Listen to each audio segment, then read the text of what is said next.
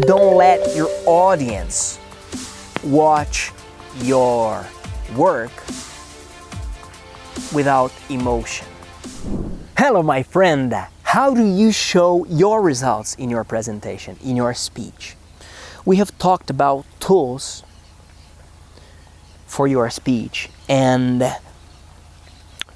we've seen explanation, the idea. Last class we talked about persuasion.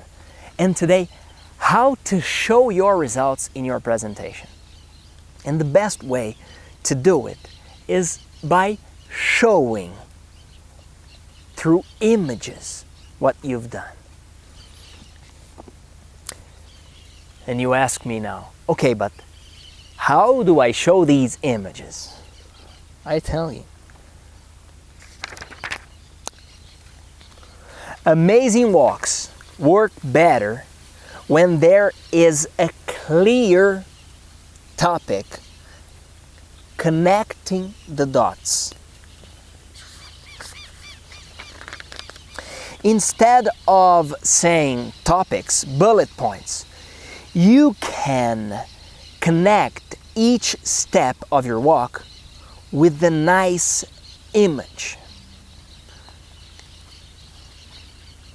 Don't let your audience watch your work without emotion. Imagine a route that attracts, interests, and clarifies. A way that leads to enchantment and pleasure. Dale Carnegie says, pictures, pictures, pictures. They're as free as the air you breathe. Sprinkle them through your talks, your conversation, and you will be more entertaining, more influential. Once, I watched a presentation from the founder of Angry Birds, a very big gaming company. And after his talk, I came to him and asked